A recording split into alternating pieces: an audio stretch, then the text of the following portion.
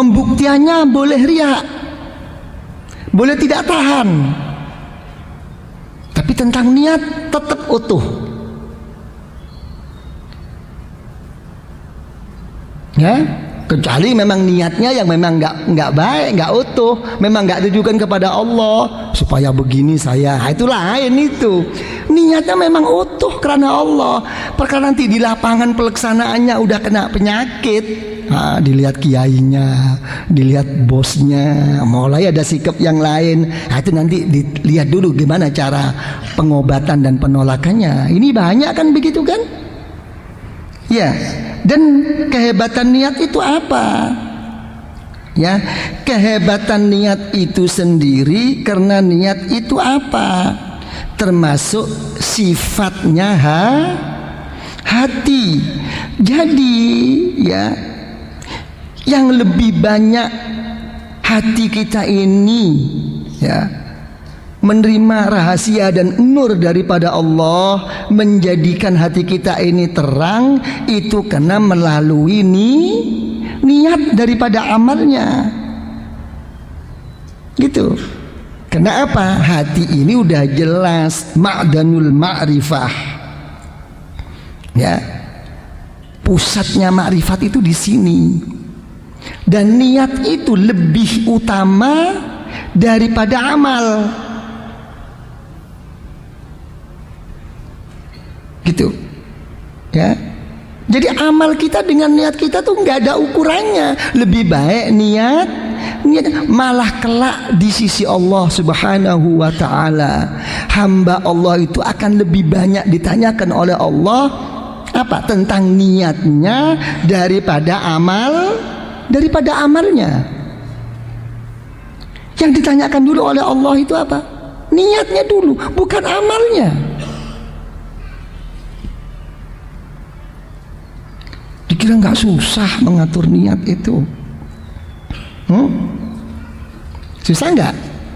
Makanya salah satu dari kehebatan ya, keagungan niat, seperti sudah sering kali saya utarakan, apa?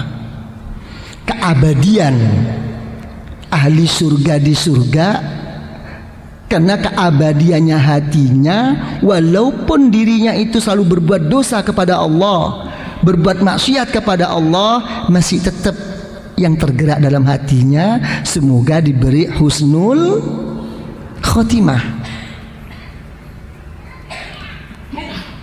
Gitu kan? Nah kalau sudah begini, orang-orang yang beribadah kepada Allah hanya semata-mata ingin pahala yang berbentuk surga, kira-kira naif apa tidak?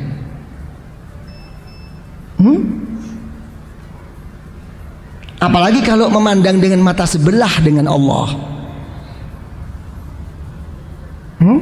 Kan gak sadar kalau kita itu menomorduakan Allah. Pernah menomorduakan Allah? Sering katanya. Ya, tidak sadar. Ya kan? Jadi karena niatmu itu ingin selamanya, maka beriman kepada Allah, maka akan diberi oleh Allah pahala selamanya masuk di dalam bukan ukuran matematika. Sembahyang zuhur 1000 kali pahalanya, sembahyang asar 2000 kali. Kalau udah habis pahalanya, apa kita dikeluarkan oleh Allah? Tidak. Tapi kalau ukuran matematika harus keluar dong. Udah kamu ambil semua kok. Tapi kok selamanya? Karena kamu ingin selamanya tetap membawa iman. Sama dengan orang kafir. Kesalahanmu berapa? 1000. Ya Allah, kesalahan saya sudah 1000 dan telah Engkau siksa ya Allah, tolong saya keluarkan ya Allah. Tidak bisa. Karena kamu telah membawa tiket untuk selamanya di sini. Apa? Di neraka. Kamu tidak beriman kepada selamanya kok. Apa? Hah? Mau niat enggak? Ya. Lah, kita ini ya apa? Gak sadar tentang niat ini. Selalu yang kita pelajari itu apa? bagaimana ibadah saya, bagaimana sembahyang saya, syaratnya apa, rukunnya apa, sah apa tidak, yang menjadikan saya itu terbebas dari kewajiban saya kepada Allah. Tapi tidak terfikirkan bagaimana ibadahmu itu bukan sekadar sah, bukan sekadar telah cukup memenuhi kewajiban, tapi ibadahmu itu yang pertama diterima oleh Allah. Kalau sudah diterima oleh Allah, kamu akan menjadi orang yang baik. Kalau sudah kamu jadi orang yang baik, ibadah dan zikir kamu itu apa? Kamu menjadi orang yang tahan bantingan, siap untuk menghadapi segala takdir Allah, khairihi wa syarrihi minallah. Yang nomor 4, bagaimana kamu bisa jadi orang yang apa? Yang tidak terpengaruh, yang tidak larut di dalam bermaksiat kepada Allah. Kalau ini tidak berhasil, apa artinya sebuah ibadah? Habis di jalanan kok. Ya.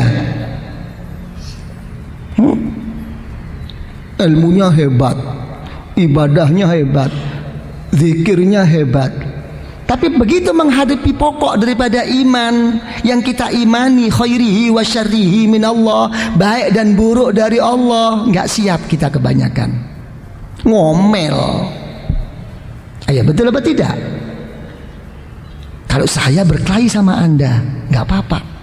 Saya benci sama Anda tentang pribadi Anda, silahkan.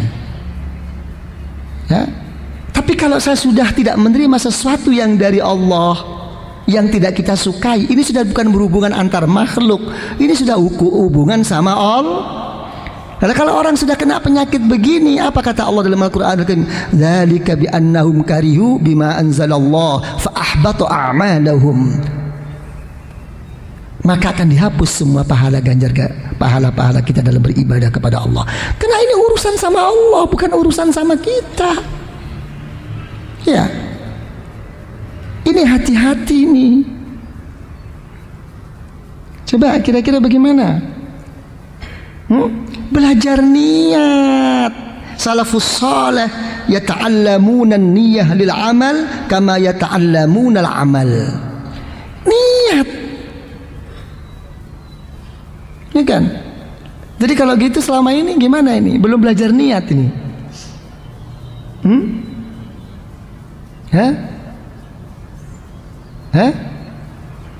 Yang banyak ini adalah mempraktekkan niat. Bagaimana niat itu menjadi sahnya kita beribadah kepada Allah. Belum sampai membahas bagaimana mapannya, baiknya niat yang menjadikan kita itu diterima oleh Allah. Belum, kebanyakan. Yang hafal apa niat? Ya niat, mau.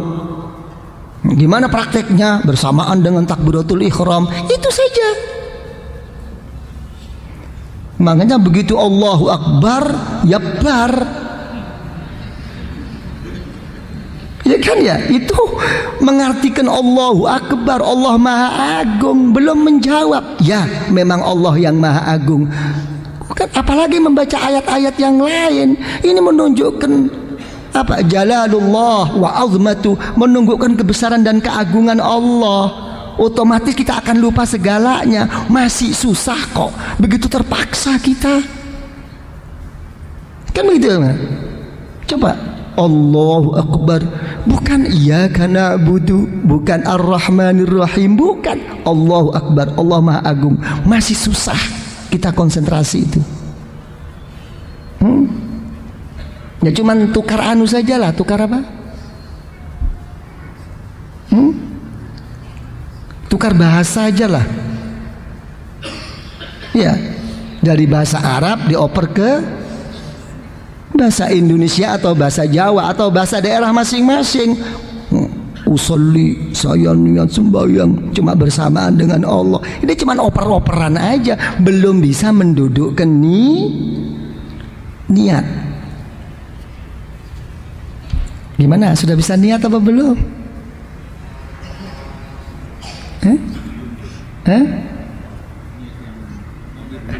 Oh, yang tadi ya tadi.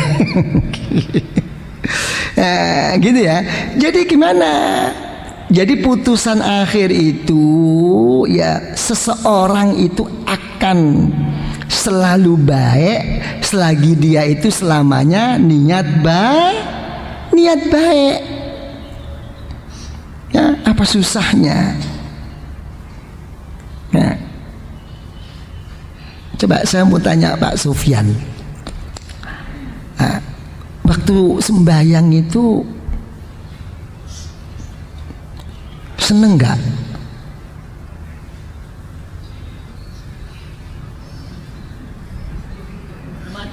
Hah? Macem-macem. Kayak nasi campur aja loh nih. Apa macem-macem itu?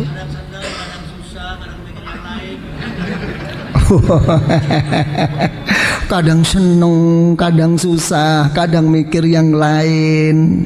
Nah, coba kalau saya tanyakan sekarang, seneng susahnya itu ngambil dari mana? Hah? Keadaan hati waktu itu. Mengadakan dirinya sendiri kepada Allah, apa mengadakan dari luar ke dirinya?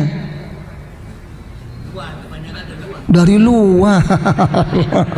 Wong pasar dibawa, kantor dibawa. Kapan mau menghadap kepada Allah? Ya kan ya, kenapa tidak membawa kepada dirinya?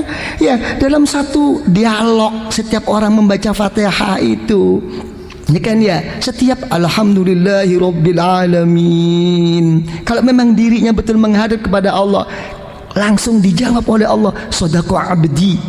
Kata Allah, benar, dia benar, betul-betul hamba saya. Ini enggak, yang dari luar dimasukkan, yang biasanya nggak perlu diingat jadi ingat. Ya, apalagi yang perempuan ini di mana, Allahu Akbar. Kudung saya di mana tadi ya? Tadi nggak ingat jadi ingat. Iya, ini yang namanya campur aduk. Jadi bukan di situ, itu antar pribadi. Ya, setiap orang salat itu munajah, berbisik. Ya, semata-mata dirinya kepada Allah, bukan memasukkan keluar. Ya kecuali kalau orang itu dipas-paskan dengan problem dirinya sih, ya monggo, yang memang kelasnya di situ. Ya kan ya. Coba kalau nanti problemnya nggak ada, apa kira-kira bisa dibawa? Nggak mungkin. Ya, yang tidak beres-beres dibawa kepada Allah, yang begitu beres nggak dibawa. Apa langsung sambil ngantuk-ngantuk, lama banget sih imam nih. Ya, kadang-kadang dari kebiasaan dari kebiasaan keburu, ya, kadang-kadang nggak sadar lebih dahulu daripada imam. Kalau sampai mempertahankan diri, mempertanyakan dalam dirinya, kok lama banget sih? Itu sering apa tidak? Hah? Ya semoga sering-sering teruslah. Ini hati-hati nanti pelan itu. Ini harus diketahui tentang niat. Ini kenapa semua ini kenapa? Karena satu saja. Karena tidak adanya kemauan. Ya. Nah, kalau memang sudah tidak ada kemauan itu bagaimana? Kok masih tetap melaksanakan ibadah kepada Allah? Karena di dalam beribadahnya kepada Allah itu didorong apa? Merasa didorong oleh suatu kewajiban. Mau menghormat, mau memuliakan. Kalau ada kemauannya, ada kepentingan, atau memang ada yang perlu ditakuti. Tapi coba lepas daripada itu. Ya, jadi hakikatnya niat itu apa? Al-iradah. Ya, ada satu kemauan. Makanya dalam satu ayat lain diberi satu label oleh Allah. Apa kata Allah? La yukallifullahu nafsan illa wus'aha. Allah Ta'ala tidak akan memaksa kok kepada siapapun kecuali mengikut apa yang menjadikan kemampuan dan kelapangannya. Karena itu di waktu-waktu oleh Allah, zuhur kapan, asar kapan, maghrib kapan, diberi waktu-waktu oleh Allah. Tapi kita larut, nantilah, anulah, gitu lah. Jadi kalau udah begitu apa? Kira-kira kalau udah begini secara kasar lah, maaf aja, menomorduakan Allah apa tidak? Tapi salah ya, enggak salah. Mau namanya orang, tapi jangan kepanjangan deh. Gitu lah. Jadi kalau sudah menyadari ini, baru ada kemauan. Kalau orang itu sudah ada kemauan, nggak ada masalah semuanya ini. Jadi motif ya, adanya ketidakkesungguhan, kekhusyuan kepada Allah itu karena tidak adanya kemauan. Ya seperti yang sering saya utarakan. Nah, kira-kira kawin paksa itu enak enggak? Enak. Kok bisa enggak enak? Wong itu sesuai dengan hawa nafsu kita kok.